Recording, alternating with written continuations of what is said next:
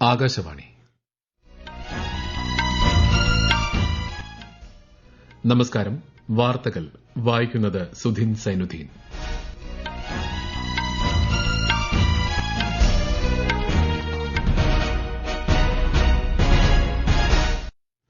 പ്രധാന വാർത്തകൾ. 58ാമത് ജ്ഞാനപീഠ പുരസ്കാരങ്ങൾ ഡൽഹിയിൽ രാഷ്ട്രപതി ദ്രൌപദി മുർമു വിതരണം ചെയ്തു.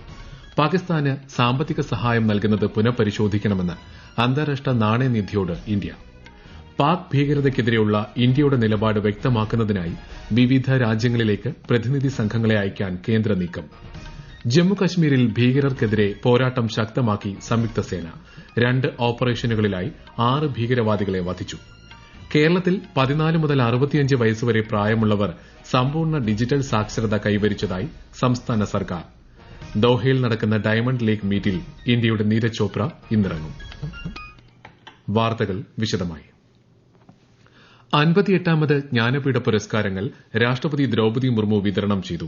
പ്രമുഖ ഉറുദു കവിയും ഗാനരചയിതാവുമായ ഗുൽസാർ, സംസ്കൃത പണ്ഡിതൻ ജഗദ്ഗുരു രാമഭദ്ര ആചാര്യ എന്നിവർക്കായിരുന്നു 2023 ജ്ഞാനപീഠ പുരസ്കാരങ്ങൾ. അവാർഡ് ജേതാക്കളെ രാഷ്ട്രപതി അഭിനന്ദിച്ചു. വാൽമീകി മുതൽ രവീന്ദ്രനാഥ ടാഗോർ അടക്കമുള്ള പ്രശസ്ത കവികളുടെ രചനകളിൽ പ്രതിഫലിക്കുന്നത് ജീവസുറ്റ ഇന്ത്യയുടെ ഹൃദയസ്പന്ദനമാണെന്ന് രാഷ്ട്രപതി അഭിപ്രായപ്പെട്ടു. साहित्य की इस शक्ति को सम्मान देते हुए हमारी प्राचीन परंपरा में कवि अर्थात रचनाकार को सबसे अधिक सम्मान दिया गया है और कहा गया है. वाल्मीकि, व्यास और कालिदास से लेकर रविंद्रनाथ ठाकुर जैसे कालजयी महाकवियों की रचनाओं में हमें जीवंत भारत का स्पंदन महसूस होता है. പാക് ഭീകരതയ്ക്കെതിരെയുള്ള ഇന്ത്യയുടെ നിലപാട് വ്യക്തമാക്കുന്നതിനായി വിവിധ രാജ്യങ്ങളിലേക്ക് പ്രതിനിധി സംഘങ്ങളെ അയക്കാൻ കേന്ദ്ര സർക്കാർ പദ്ധതിയിടുന്നു. പ്രതിനിധി സംഘങ്ങളിൽ ഭരണ പ്രതിപക്ഷ പാർട്ടികളിലെ അംഗങ്ങളുണ്ടാകും. ഇത് സംബന്ധിച്ച് പാർലമെന്ററി കാര്യമന്ത്രി കിരൺ റിജിജു കോൺഗ്രസ് ദേശീയ അധ്യക്ഷൻ മല്ലികാർജ്ജുൻ ഖാർഗെയുമായി ആശയവിനിമയം നടത്തിയതായി പാർട്ടി വൃത്തങ്ങൾ അറിയിച്ചു. പാകിസ്ഥാന് സാമ്പത്തിക സഹായം നൽകുന്നത് പുനഃപരിശോധിക്കണമെന്ന് അന്താരാഷ്ട്ര നാണയനിധിയോട് ഇന്ത്യ. പാകിസ്ഥാനുള്ള ഏത് തരത്തിലുള്ള സാമ്പത്തിക സഹായവും തീവ്രവാദ ധനസഹായത്തിന് തുല്യമാണെന്ന് രാജ്യരക്ഷാമന്ത്രി രാജ്നാഥ് സിംഗ് വിമർശിച്ചു. ഭുജിലെ വ്യോമസേനാ താവളത്തിൽ സേനാംഗങ്ങളെ അഭിസംബോധന ചെയ്യുകയായിരുന്നു അദ്ദേഹം. पाकिस्तान को अपनी $1 बिलियन की असिस्टेंस पर वह पुनर्विचार करे और आगे भी किसी भी तरह की सहायता देने से IMF परहेज करे. भारत नहीं चाहता जो फंडिंग हम IMF को करते हैं किसी भी तरीके से पाकिस्तान या किसी भी देश में टेरर इंफ्रास्ट्रक्चर को बनाने में वह इस्तेमाल की है. ഇന്ത്യയുടെ ബ്രഹ്മോസ് ഉൾപ്പെടെയുള്ള വ്യോമ പ്രതിരോധ സംവിധാനങ്ങളുടെ ശക്തിയും കൃത്യതയും ലോകരാജ്യങ്ങൾക്ക് ബോധ്യപ്പെട്ടിട്ടുണ്ടെന്നും ശ്രീ രാജ്നാഥ് സിംഗ് പറഞ്ഞു. രഹസ്യാന്വേഷണ ഏജൻസികളിൽ നിന്നുള്ള കൃത്യമായ വിവരങ്ങളുടെയും സൈനിക ശേഷിയുടെയും അനന്തരഫലമാണ് ഓപ്പറേഷൻ സിന്ദൂർ എന്ന് കേന്ദ്ര ആഭ്യന്തരമന്ത്രി അമിത്ഷാ. ഇന്റലിജൻസ് വിവര കൈമാറ്റത്തിനുള്ള മൾട്ടി ഏജൻസി സെന്ററിന്റെ ഉദ്ഘാടനം ഡൽഹിയിൽ നിർവഹിക്കുകയായിരുന്നു കേന്ദ്രമന്ത്രി. ഓപ്പറേഷൻ സിന്ദൂറിൽ രാജ്യത്തെ ഇന്റലിജൻസ് ഏജൻസികളെയും സൈനിക വിഭാഗങ്ങളെയും കേന്ദ്രമന്ത്രി അഭിനന്ദിച്ചു. ജമ്മുകാശ്മീരിൽ ഭീകരർക്കെതിരെ പോരാട്ടം ശക്തമാക്കി സംയുക്ത സേന. 48 മണിക്കൂറിനിടെ ഷോപ്പിയാൻ, പുൽവാമ എന്നിവിടങ്ങളിൽ സൈന്യവും സിആർപിഎഫും ജമ്മുകശ്മീർ പോലീസും സംയുക്തമായി നടത്തിയ 2 ഓപ്പറേഷനുകളിലായി 6 ഭീകരവാദികളെ വധിച്ചു. വാർത്താ സമ്മേളനത്തിലാണ് സേനാ ഉദ്യോഗസ്ഥർ ഇക്കാര്യം അറിയിച്ചത്. സേനയുടെ നടപടികളിൽ പൊതുജന സഹകരണത്തിന്റെ നിർണായക പങ്ക് എടുത്തുപറഞ്ഞ സേനാ ഉദ്യോഗസ്ഥർ സാധാരണ ജനങ്ങളുടെ സുരക്ഷ ഉറപ്പാക്കുന്നതിനൊപ്പം തീവ്രവാദമില്ലാതാക്കുന്നതിനുള്ള പ്രതിബദ്ധതയും വ്യക്തമാക്കി. തുർക്കിയെയുമായും അസർബൈജാനുമായും യാത്ര, വിനോദസഞ്ചാരം എന്നിവ ഉൾപ്പെടെ എല്ലാ വാണിജ്യ ഇടപാടുകളും അവസാനിപ്പിക്കാൻ തീരുമാനിച്ച് രാജ്യത്തെ വ്യാപാര പ്രമുഖർ. ന്യൂഡൽഹിയിൽ confederation of all India traders സംഘടിപ്പിച്ച വ്യാപാര നേതാക്കളുടെ ദേശീയ സമ്മേളനത്തിലാണ് തീരുമാനം. പഹൽഗാം ഭീകരാക്രമണത്തെ തുടർന്നുള്ള ഓപ്പറേഷൻ സിന്ദൂറിൽ ഇരു രാജ്യങ്ങളും പാകിസ്ഥാന് പൂർണ്ണ പിന്തുണ നൽകുന്നതിൽ പ്രതിഷേധിച്ചാണ് ഈ നീക്കമെന്ന് സംഘടന അറിയിച്ചു.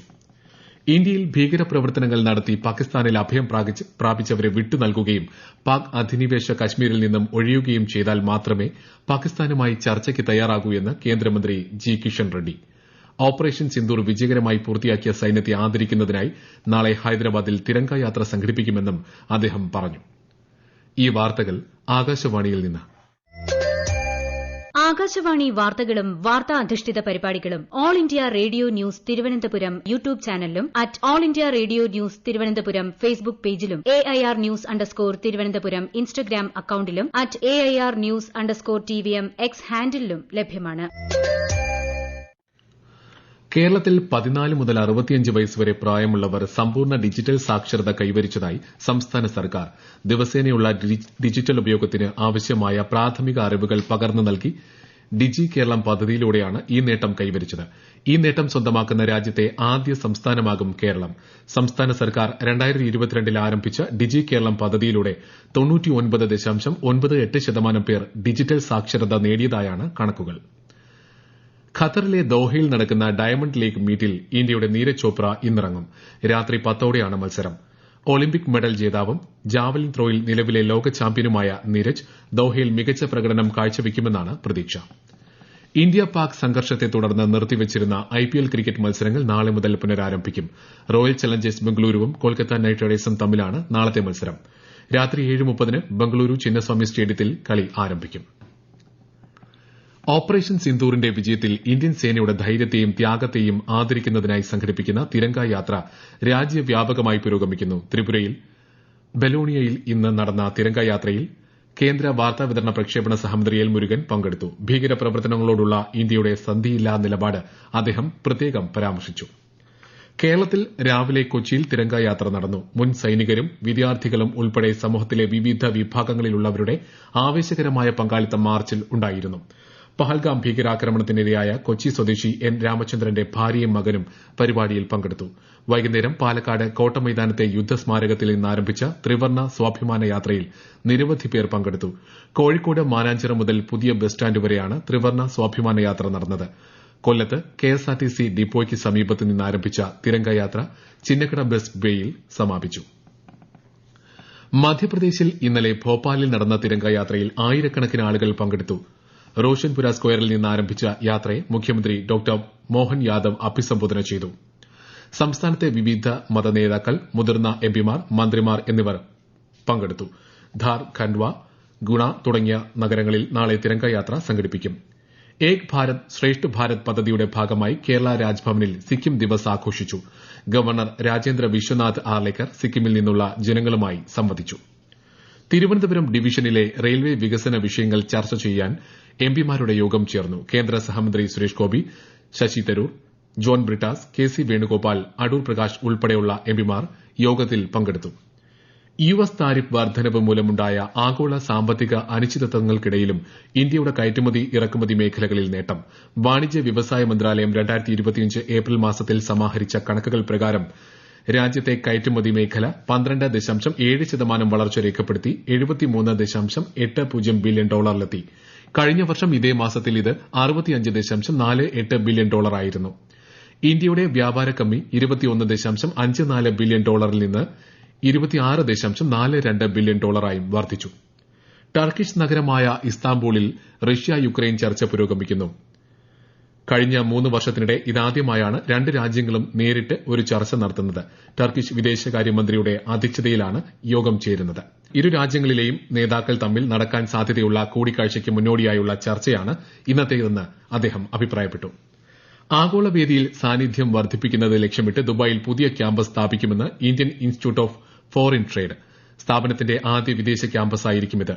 പുതിയ വിദ്യാഭ്യാസ നയം 2020ന്റെ സത്ത പ്രതിഫലിപ്പിക്കുന്ന നീക്കമാണിതെന്ന് വാണിജ്യ വ്യവസായ മന്ത്രി പീയൂഷ് ഗോയൽ അഭിപ്രായപ്പെട്ടു. രാജ്യത്തെ ഓഹരി വിപണികൾ ഇന്ന് നഷ്ടത്തോടെ വ്യാപാരം അവസാനിപ്പിച്ചു. മുംബൈ ഓഹരി സൂചിക സെൻസസ് 200 പോയിന്റ് നഷ്ടത്തിൽ 82,331ലും ദേശീയ ഓഹരി സൂചിക നിഫ്റ്റി 42 പോയിന്റ് ഇടിഞ്ഞ് 20,020ലുമാണ് ഇന്ന് വ്യാപാരം അവസാനിപ്പിച്ചത്. സ്വർണ്ണവിലയിൽ വർധന. ഗ്രാമിന് 110 രൂപ വർദ്ധിച്ച് പവന് 69,760 രൂപയായി. പ്രധാന വാർത്തകൾ വീണ്ടും. 58ാമത് ജ്ഞാനപീഠ പുരസ്കാരങ്ങൾ ഡൽഹിയിൽ രാഷ്ട്രപതി ദ്രൌപദി മുർമു വിതരണം ചെയ്തു. പാകിസ്ഥാന് സാമ്പത്തിക സഹായം നൽകുന്നത് പുനഃപരിശോധിക്കണമെന്ന് അന്താരാഷ്ട്ര നാണയനിധിയോട് ഇന്ത്യ. പാക് ഭീകരതയ്ക്കെതിരെയുള്ള ഇന്ത്യയുടെ നിലപാട് വ്യക്തമാക്കുന്നതിനായി വിവിധ രാജ്യങ്ങളിലേക്ക് പ്രതിനിധി സംഘങ്ങളെ അയക്കാൻ കേന്ദ്ര നീക്കം. ജമ്മുകാശ്മീരിൽ ഭീകരർക്കെതിരെ പോരാട്ടം ശക്തമാക്കി സംയുക്ത സേന. 2 ഓപ്പറേഷനുകളിലായി 6 ഭീകരവാദികളെ വധിച്ചു. കേരളത്തിൽ 14 മുതൽ 65 വയസ്സുവരെ പ്രായമുള്ളവർ സമ്പൂർണ്ണ ഡിജിറ്റൽ സാക്ഷരത കൈവരിച്ചതായി സംസ്ഥാന സർക്കാർ. ദോഹയിൽ നടക്കുന്ന ഡയമണ്ട് ലീഗ് മീറ്റിൽ ഇന്ത്യയുടെ നീരജ് ചോപ്ര ഇന്നിറങ്ങും. വാർത്തകൾ കഴിഞ്ഞു. അടുത്ത വാർത്താ പ്രക്ഷേപണം 8:35.